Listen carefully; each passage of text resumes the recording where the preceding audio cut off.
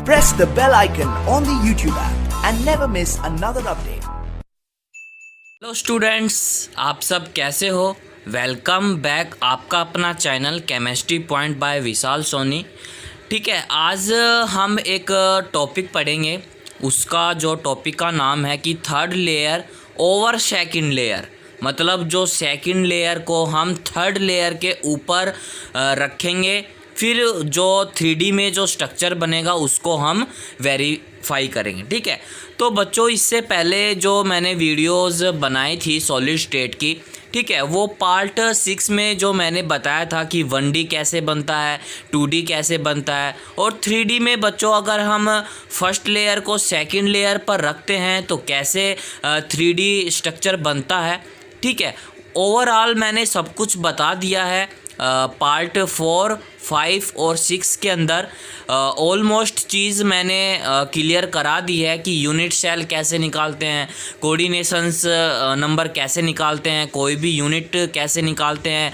ठीक है, तो बच्चों आज इस वीडियो के अंदर हम third layer over second layer, मतलब जो सेकंड लेयर है उसके ऊपर हम थर्ड लेयर पुट करेंगे।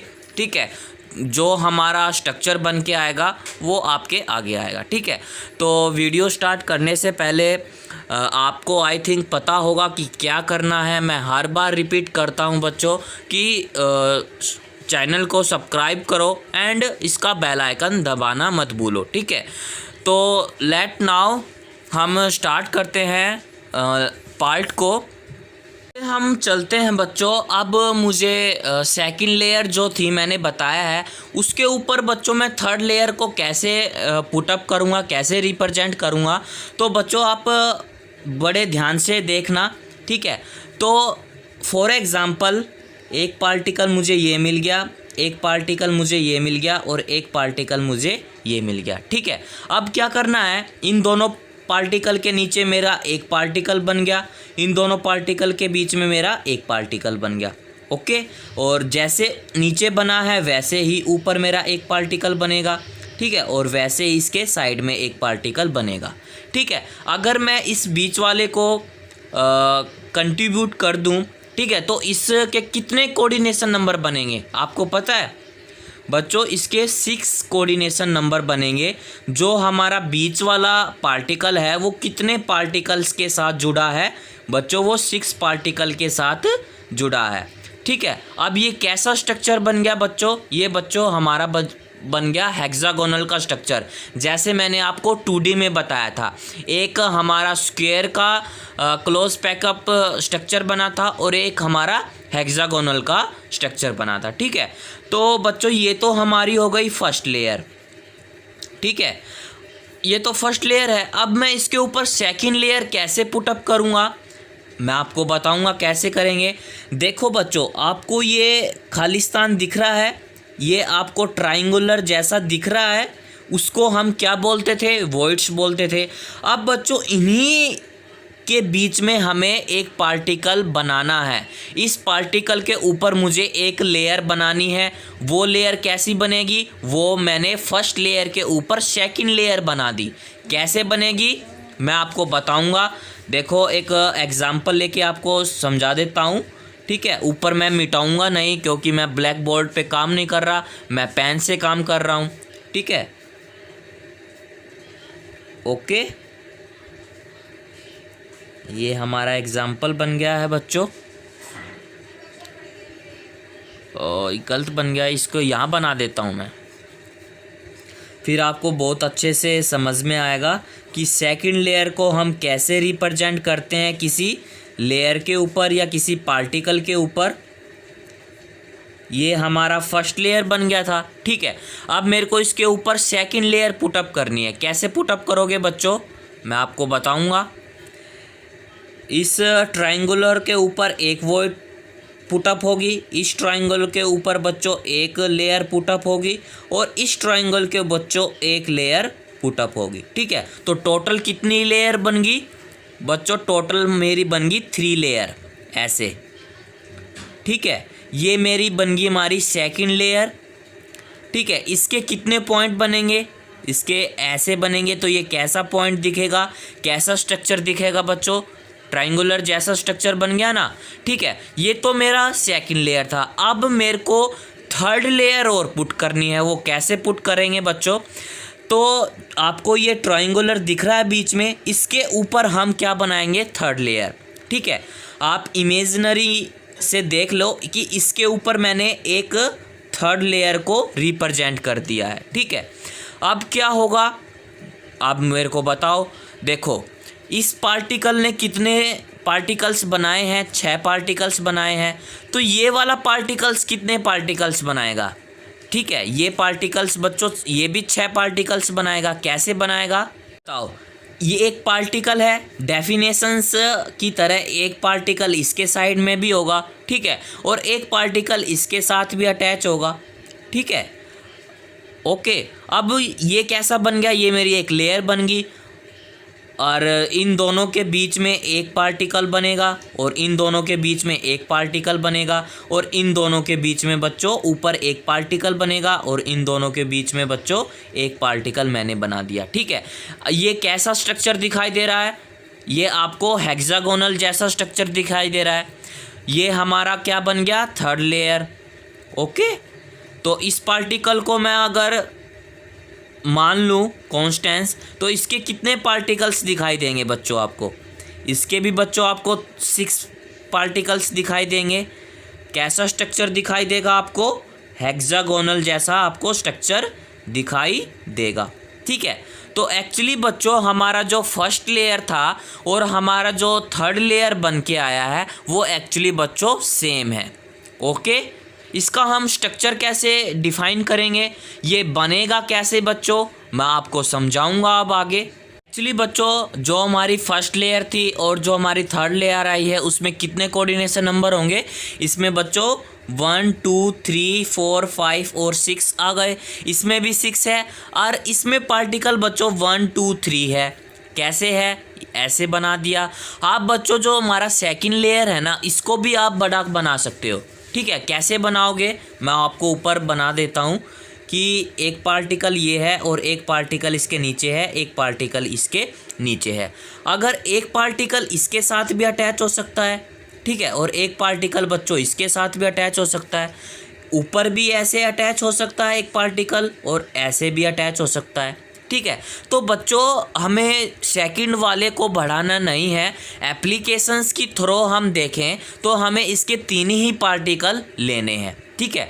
तो हमें क्यों नहीं बढ़ाया? क्योंकि बच्चों हमारा जो फर्स्ट लेयर है और हमारा जो थर्ड लेयर है वो बिल्कुल सेम आया है, ठीक है। इसके पार्टिकल 6 हैं, इसके पार्टिकल 3 हैं, और इसके पार्टिकल 1 है, ठीक है। ये हमारा 1 है, तो 1 है तो मैंने ये कॉन्स्टेंट मान लिया, ठीक है। तो इसके पार्टिकल्स भी बढ़ सकते हैं 1 2 3 4 एंड 5 और 6, ठीक है।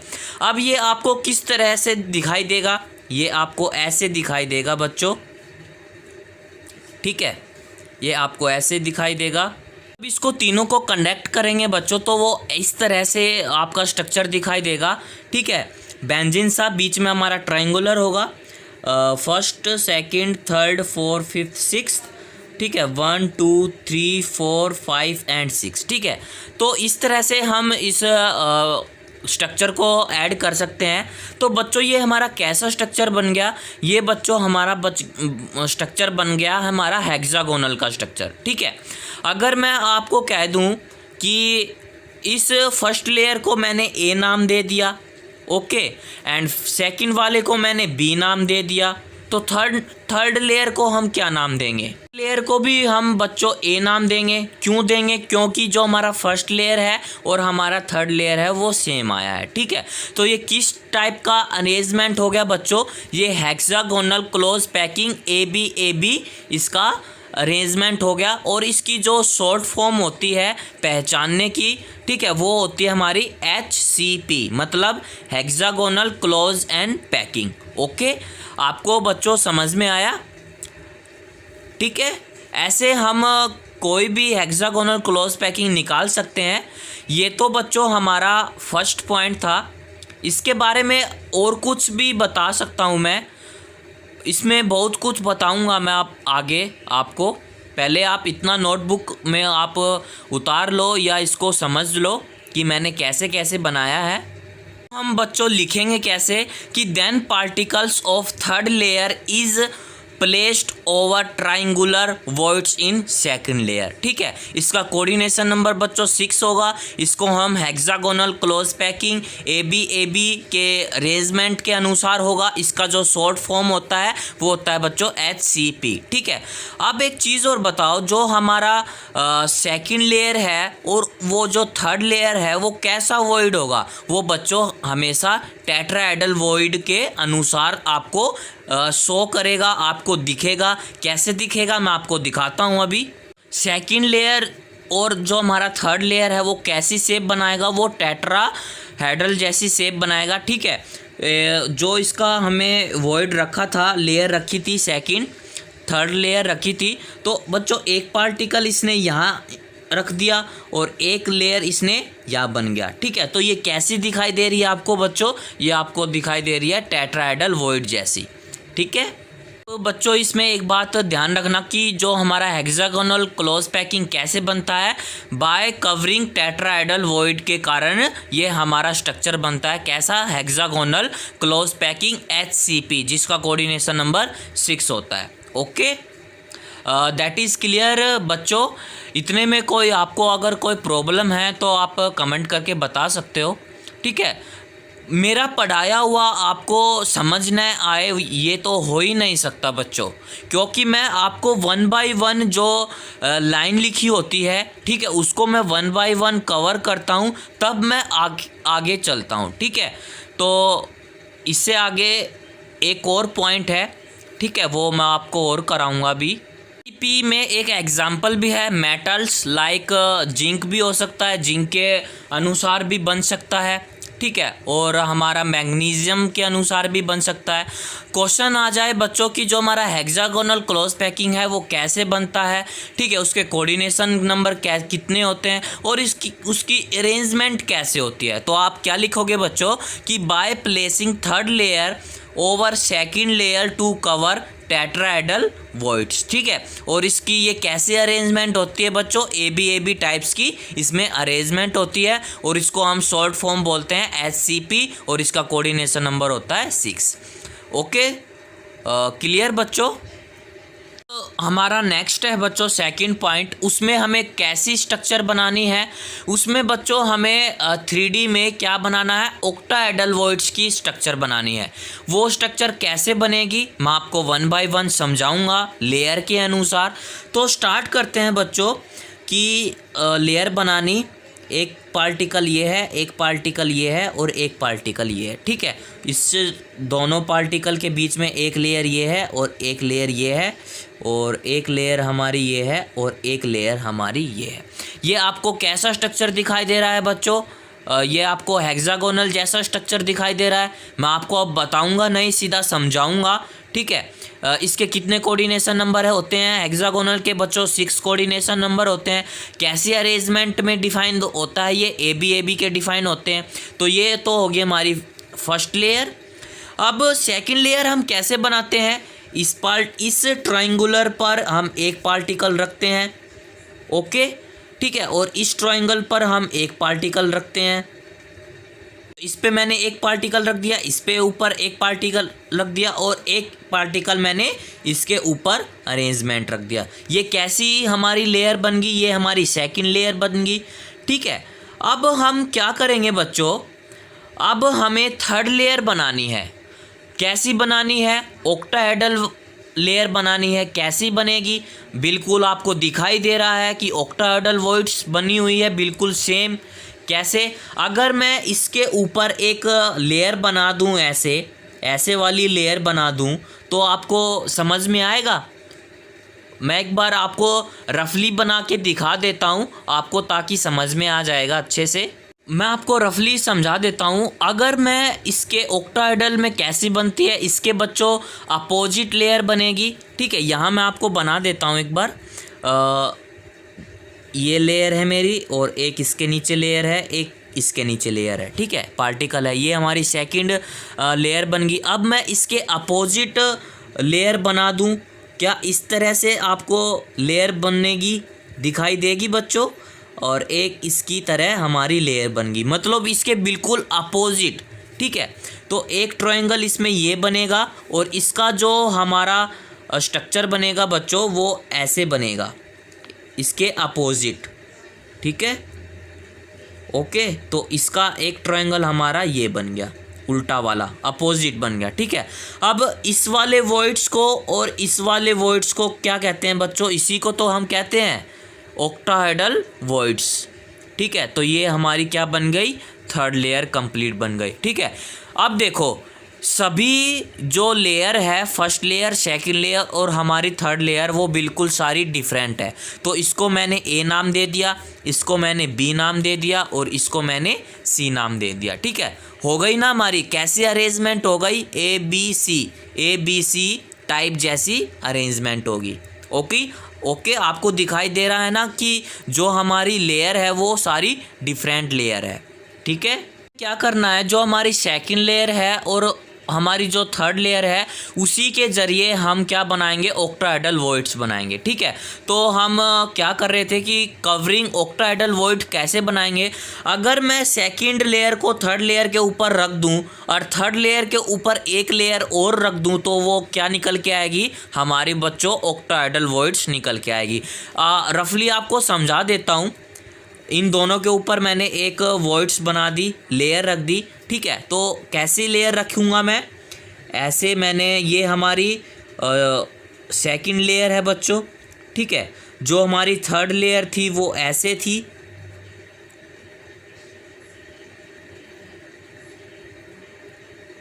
ओके। अब क्या करना है मेरे को? इस थर्ड लेयर के ऊपर एक लेयर रखनी है, ये वाली। इस वॉइड्स, इस पार्टिकल्स को क्या बोलते हैं? इसी पार्टिकल को बोलते हैं बच्चों हम octahedral voids. That is clear बच्चों, ठीक है। अगर देखो ये मैंने इसके ऊपर रख दिया, अब इसको हम कन्वर्ट करेंगे तो ये एक पार्टिकल ये भी बनाएगा, ठीक है, एक पार्टिकल ये भी बनाएगा और दोनों पार्टिकल के नीचे एक पार्टिकल भी बनाएगा, ऐसे बनाएगा और हमारा ऊपर भी बनाएगा और हमारा ऊपर भी बनाएगा, ठीक है। जो हमारा फर्स्ट लेयर थी और जो हमारी फोर्थ लेयर आई है वो बिल्कुल सेम आई है। तो कैसी अरेंजमेंट होगी बच्चों, उसको हम कैसे लिखेंगे मैं आपको लिखवा दूंगा अच्छे से। तो ए बी सी और ए, दैट इज़ क्लियर पॉइंट बच्चों, आपको समझ में आया? अब इस तरह की पैकिंग को हम कैसे लिखेंगे, कैसे बोलेंगे, कैसे अरेंजमेंट होगी, ठीक है। तो बच्चों की then third layer is a placed over second layer and an octahedral voids is generated fourth layer, ठीक है। Cover the octahedral voids is a similarly to first layer. देखो फर्स्ट लेयर को देखो, सेकंड लेयर को देखो, third layer को देखो और हमारी फोर्थ लेयर को देखो, ठीक है। ए बी सी टाइप बन गई, ठीक है। और जो हमारी फोर्थ जो लेयर बनी है वो सिमिलरी किसकी बनी है? फर्स्ट लेयर जैसी बनी है, ठीक है। तो इस पैकिंग को हम बच्चों A B C type arrangement कह सकते हैं, ठीक है। और ऐसे लेयर को हम, ऐसी टाइप्स को या ऐसी पैकिंग को हम बोलते हैं बच्चों क्लोज क्यूबिक पैकिंग। इसकी शॉर्ट फॉर्म होती है बच्चों CCP, ठीक है। और इसको बच्चों हम फेस सेंटर क्यूबिक सेल भी बोलते हैं, मतलब FCC। आपने पढ़ा था ना FCC?